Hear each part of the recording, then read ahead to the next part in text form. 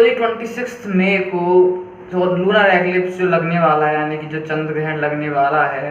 और जब ग्रहण की अगर हम बात जब आती है तो ना हमारी सोसाइटी के दो हिस्से से नज़र आते हैं, जिसमें से एक जो आध्यात्म को मानते हैं, वो अपना अलग उनके नियम विचार होते हैं कि ये नहीं करना चाहिए, वो नहीं करना चाहिए ग्रहण के वक्त। और एक होता है हमारा साइंटिफिक जो सोसाइटी, जो सो कॉल्ड मॉडर्न वाले जो वो हैं, तो वो सोचते हैं कि ठीक है यार, इतना अच्छा नज़ारा होता है, उसे देखना चाहिए, छतों पर महफिलें लगती हैं। तो दोनों में से क्या सही है, क्या गलत है, और इन दोनों के पर्सपेक्टिव से अगर हम इन दोनों इसको देखें, जो एक्लिप्स होते हैं दोनों सोलर और लूनर, तो क्या चीज़ सामने निकल के आती है। नए नए फैक्ट्स जानने के लिए बने रहिए हमारे साथ वीडियो में एंड तक। आप देख रहे हैं वेब प्रवाणी।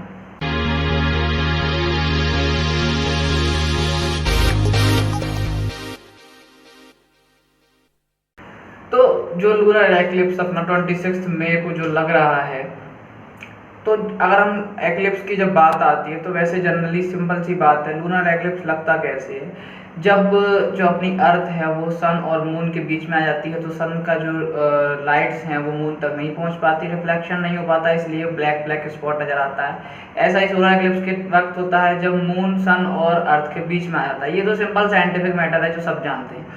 लेकिन अगर अपने पुराने रीति रिवाजों की बात करें तो हम लोगों में, सबके घर में ऐसा होता है कि जब ग्रहण लगता है, यानी कि जो एक्लिप्स होता है, उस वक्त कुछ नियम बनते हैं कि भाई उस ग्रहण से पहले कुछ टाइम पहले तक जो सूतक लगते हैं, उस वक्त खाना पीना नहीं खाया जाता ग्रहण के दौरान, और खाने पीने की चीज़ों में वो कुशावरा डाल के रखते हैं, और बहुत सारी चीज़ें हैं। उसके ग्रहण के बाद नहाते हैं, उस वक्त पूजा, तो काफ़ी सारे जनरल से नियम होते हैं जिनको फॉलो करते हैं हम अपने इंडियन ट्रेडिशन में। बट जो साइंटिफिक कम्युनिटी है वो इस चीज़ को नहीं मानती। वो कहते हैं अरे ठीक है, हम लोगों में ये भी क्या आता है कि हम ग्रहण को नहीं देखना चाहिए, ग्रहण के होते वक्त घर से बाहर नहीं निकलना चाहिए, और बहुत कुछ। तो एक साइंटिफिक कम्युनिटी इस बात को नहीं मानती। वो कहते हैं कि इतना अच्छा जो सीन होता है, उस वक्त छतों पर महफिलें लगती हैं, जो सारे स्पेस सेंटर्स हैं वहाँ पर लोग टेलीस्कोप और दूरबीन लगाकर देखते हैं जो एक्लिप्स होता है उसका नज़ारा। तो बात यहाँ इस बात पर आती है कि साइंस, जो साइंटिफिक कम्युनिटी है हमारी, वो बात सही कहती है या जो हमारा आध्यात्म है वो बात सही कहता है। तो इसके लिए सबसे पहले तो ये बात जाना है कि जो असर की बात करी जाती है कि अगर आप ग्रहण में बाहर निकल जाते हैं तो ऐसा परिणाम होगा, ये होगा या वो होगा। तो जो साइंटिस्ट हैं आज के हमारे मॉडर्न साइंटिस्ट, वो इस बात को कहते हैं कि ऐसा कुछ नहीं होता। काफ़ी सारी रिसर्चेस हुई हैं इनके ऊपर, पर उसके ऊपर कोई भी ऐसा इफ़ेक्ट नज़र नहीं आया जो एक्लिप्स के होने से नॉर्मल ह्यूमन पर पड़ता हो। इस चीज़ के लिए एक एग्जाम्पल के तौर पर अगर मैं बताऊं तो माना ये जाता है कि काफ़ी चीज़ें ऐसी होती हैं जिनका इफ़ेक्ट शायद हम अभी तक महसूस ही नहीं कर पाए। यानी कि कहने का मतलब ये है कि अपने जो सनातन वैदिक परंपरा जो है उसमें काफ़ी चीज़ें ऐसी बताई गई हैं उसमें कि उनके जो असर हैं वो हम अभी तक शायद नहीं जानते। पर जैसे कि फॉर एग्ज़ाम्पल एक हमारे यहाँ एक रीति रिवाज होता है कि हम जो सेम गोत्र होते हैं उसमें शादियाँ नहीं होती।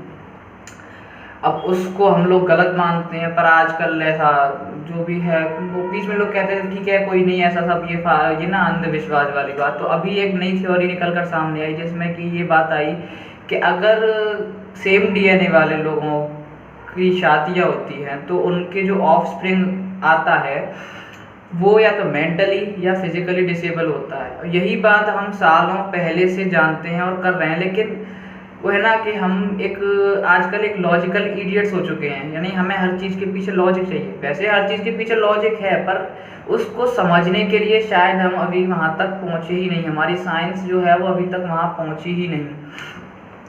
जैसे कि अब कुछ जो साइंटिस्ट वगैरह हैं वो, या साइंटिस्ट छोड़िए, नॉर्मल लोग भी जो हमारा ज्योतिष शास्त्र है उसकी हंसी उड़ाते हैं। कुछ तो ऐसे हैं जो वैसे तो बहुत वेद और इनके सबका बखान करते हैं, पर वो भी ज्योतिष शास्त्र को नहीं मानते। नाम नहीं लूँगा, पर ज्ञान विज्ञान करते हैं। वो ज्ञान और विज्ञान तक नहीं बोल पाते हैं। वो ज्योतिष शास्त्र को पाखंड बताते हैं। तो जरा जो इसको नहीं समझते उनसे सिर्फ छोटा सा एक क्वेश्चन मैं पूछना चाहूँगा कि चलो आज जो स्पेस रिसर्च ऑर्गेनाइजेशंस हैं पूरी दुनिया भर में हैं, नासा आ गया है, इसरो है, ये चीज़ें आज हैं, आज हम समझ पाते हैं कि स्पेस में क्या हो रहा है, क्या कुछ नहीं हो रहा, इन सब चीज़ों से आजकल पता चल जाती थी। पर ये कुछ साल पहले ही आए, उससे पहले ये चीज़ें तो नहीं थी, ना कोई टेलीस्कोप था, ना कोई दूरबीन थी, या ना इन चीज़ों का तो अस्तित्व ही नहीं था। हम पर सनातन धर्म में हम उस जमाने से ग्रहों की गणना कर लेते हैं। कैसे? अगर ज्योतिष शास्त्र पाखंड ही है तो हम उस जमाने में ये कैसे पता कर लेते थे कि आज फुल मून यानी कि इस दिन पूर्णिमा होगी। एक साल भर पहले से हम एग्जैक्ट डेट एग्जैक्ट टाइम कैसे उस चीज़ का बता देते थे।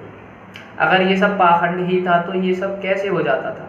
जैसे कि अगर हम कुंभ मेले की बात करें, नासा तो आज ही आया ना, कुंभ मेला जो लगता है तो जो बुध ग्रह हमारा वो 12 साल में अपना एक रेवोल्यूशन कंप्लीट करता है, उसी वक्त कुंभ मेला लगता है 12 साल में।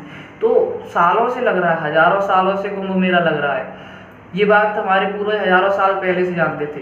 तो अगर ये सब ज्योतिष शास्त्र सच में ही पाखंड था तो वो कैसे इस चीज़ को जानते थे? फिर उन्होंने तो ना कोई टेलीस्कोप था, तो वो तो ये भी नहीं जानते थे कि बुध ग्रह का कोई ऑर्बिट भी होता है। ये सारी चीज़ें तो शायद ही कोई साइंस ने उस वक्त निकाली थी। तो हम लोग तो इस बात पहले से जानते थे ना। तो आप अगर आप मॉडर्न साइंस को देखते हुए आप किसी चीज़ को अगर आप समझ नहीं पाते हैं और उसको आप नहीं समझ पाए तो कहते हैं ठीक है यार ये पाखंड है, तो ये तो अकलमंदी वाली बात नहीं हुई ना। अभी जब अपना इस मंगलयान वाला जो आया था, मिशन जो हुआ था मंगलयान का इसरो की तरफ से, उस वक्त एक सेमिनार में इसरो के ही एक साइंटिस्ट थे साउथ के, तो वो एक ताना सा मारते हैं, तंज सा कसते हैं, यानी हंसी उड़ाते हैं हमारे यहाँ के ब्राह्मणों की कि भाई भारत को इस मंगलयान जैसे मिशन की क्या ज़रूरत थी, जबकि यहाँ ब्राह्मण जो हैं वो शादी पर कुछ पैसे लेकर ये तक बता देते हैं कि इस इंसान के जन्म के वक्त मंगल की क्या दशा थी।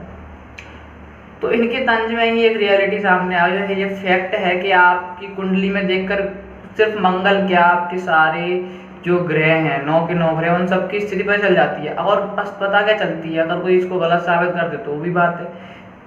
उन सब वो किस राशि में था, किस नक्षत्र वाला, सबकी गणना हो जाती है। अब राशियाँ कुछ लोग नहीं समझ पाते तो उनको मैं बता दूं राशि क्या होता है कि जो अपना सन है वो सेंटर में है सोलर सिस्टम के, उसके चारों तरफ प्लैनेट्स होते हैं। तो प्लैनेट्स की ऑर्बिट को हमने 12 पार्ट्स में डिवाइड कर दिया, 12 पार्ट्स यानी 12 सेक्टर उसके बना दिए। पर सेक्टर को हमने एक राशि का नाम दे दिया। तो जब कोई भी प्लैनेट जिस सेक्टर में होता है, हम ये कहते हैं कि इस वक्त वो उस राशि में चल रहा है। आपने शायद सुना होगा पंचांग वगैरह में लिखा रहता है कि भाई ये ग्रह इस राशि में आ गया या ये ग्रह उस राशि में आ गया। और जब हम सूर्य के किसी राशि में प्रवेश की बात करते हैं तो उस वक्त सूर्य राशि में प्रवेश नहीं करता, उस वक्त अर्थ उस राशि में प्रवेश करती है। पर हम सूर्य वाली बात करते हैं, मकर संक्रांति वगैरह जो आती हैं ये सब अर्थ पर मंथ अलग अलग राशियों में जाती है, तो ये उन्हीं का होता है। तो अब बात तो यहाँ ही ठीक है, चलो ज्योतिष शास्त्र जो भी है वो लोग अगर जवाब दे सके मेरी बात का तो जरूर दें। पर इफेक्ट वाली बात, अगर मान लीजिए कि ग्रहण के पड़ने से इफेक्ट सच में पड़ता है तो कैसे, क्या इफेक्ट पड़ता है? अगर एक लॉजिकली देखें तो इसका लॉजिक क्या है? तो देखो, जब फुल मून या हमारा डार्क मून होता है, यानी अमावस्या या जो हमारी पूर्णमासी होती है, उस वक्त जो सी है समुद्र वगैरह में हाई टाइड और लो टाइड देखने को मिलता है, ठीक है ना।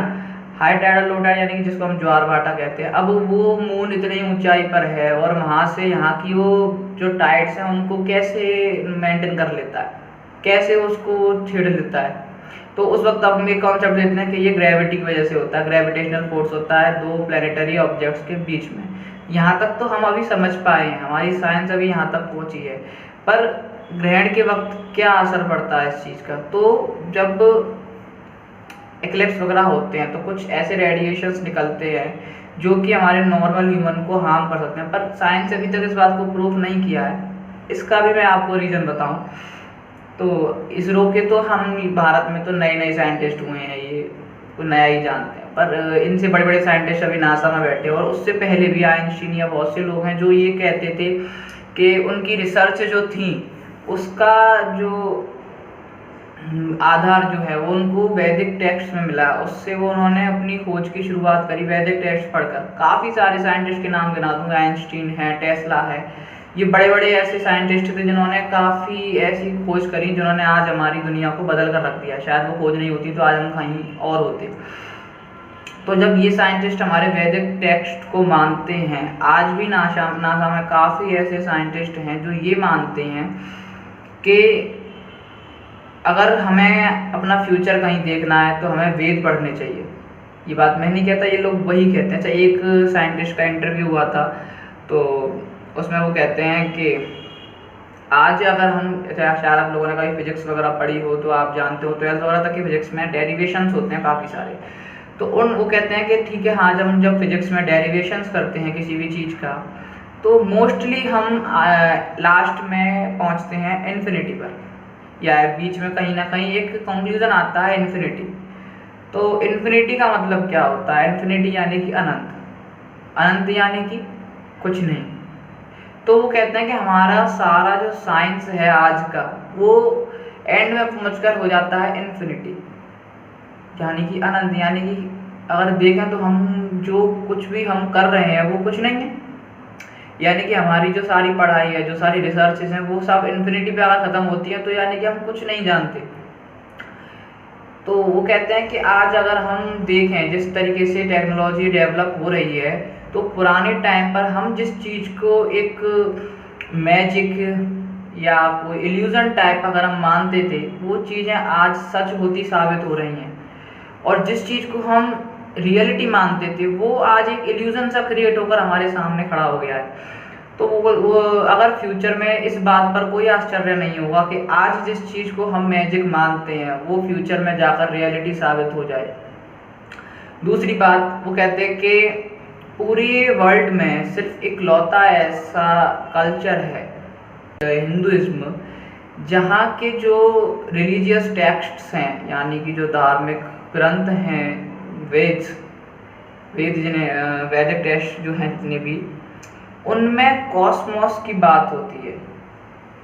दुनिया भर के किसी भी संप्रदाय की रिलीजियस टेक्स्ट में आपको कॉस्मोस की जानकारी नहीं मिलेगी, पर आपको सिर्फ वेद ही ऐसे हैं जहाँ कॉस्मोस की बात करी जाती है। हमारा पूरा जो कॉन्सेंट्रेशन है वो कॉस्मिक एनर्जी पर होता है। हम यहाँ तक कि बात भी यही करते हैं कि हमारे लाइफ का जो मेन मोटो है वो आखिर में उस कॉस्मोस में जाना ही है।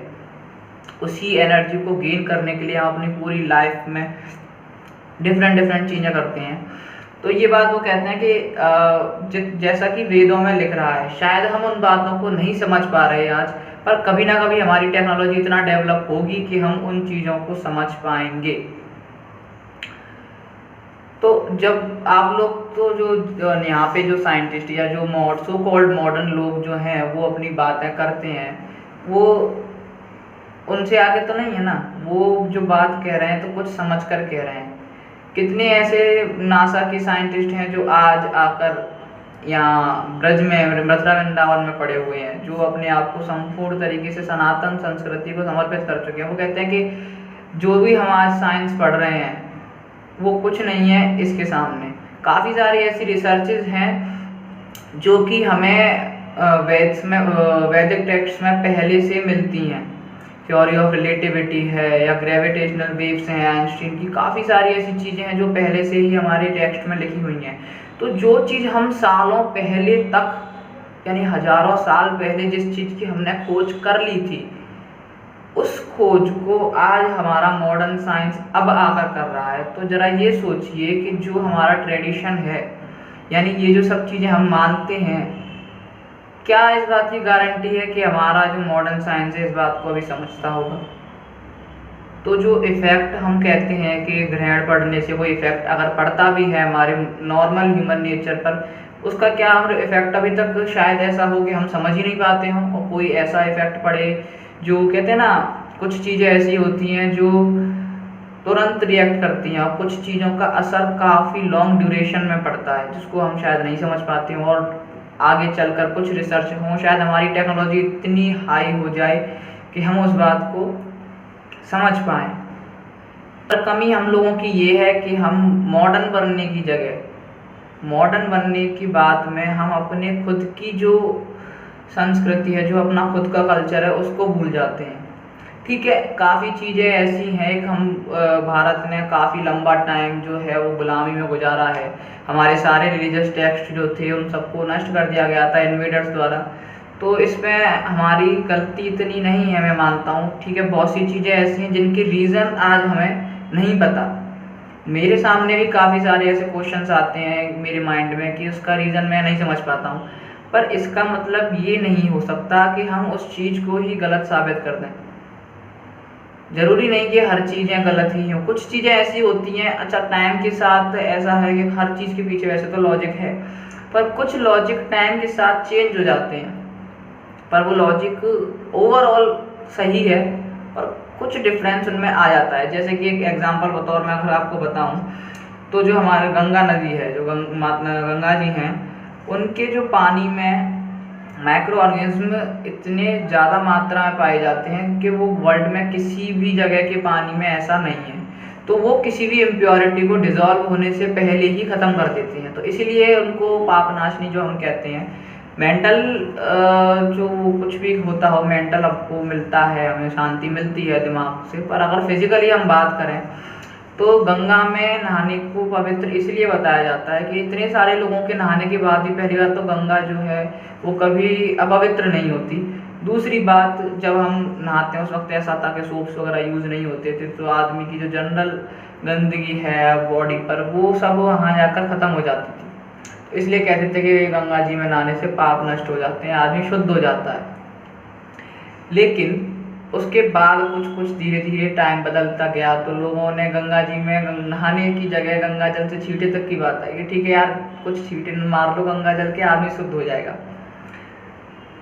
फिर थोड़ा टाइम बीता और अब आकर बात सिर्फ इतनी आ गई, पानी, नॉर्मल पानी के ही आप छींटे मार दो तो आप शुद्ध हो जाओगे।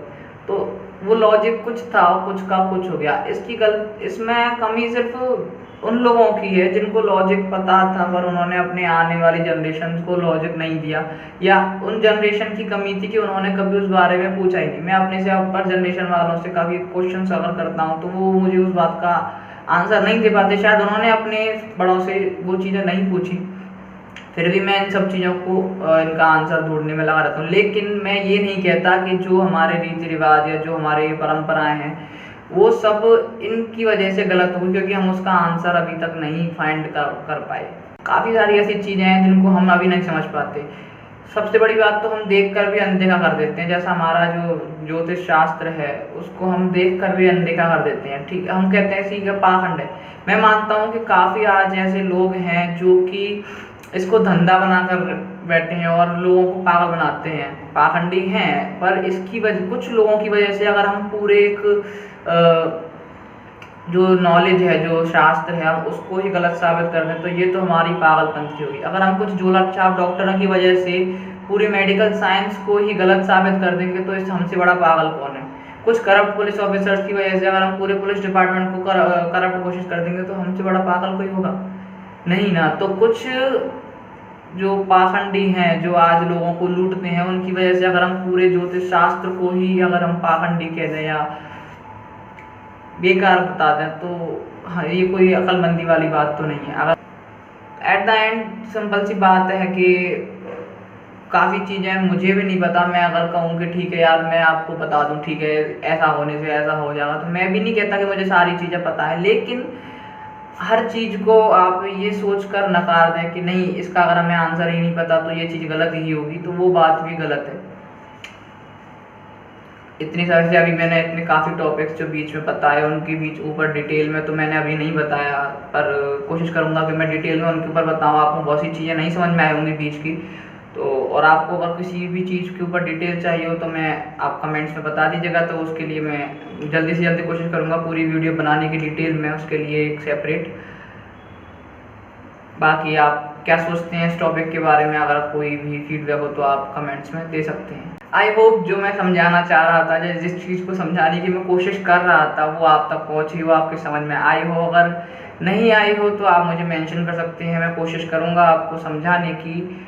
और अगर आपको अच्छी लगी हो वीडियो तो लाइक करें, वीडियो को अपने फ्रेंड्स के साथ शेयर करें। अगर सब्सक्राइब नहीं किया है चैनल को अभी तक तो सब्सक्राइब करें। बाकी थोड़ा आगे बताइए कमेंट आज गाल नहीं कटनी संगा। मिलते हैं नेक्स्ट वीडियो में। राधे राधे।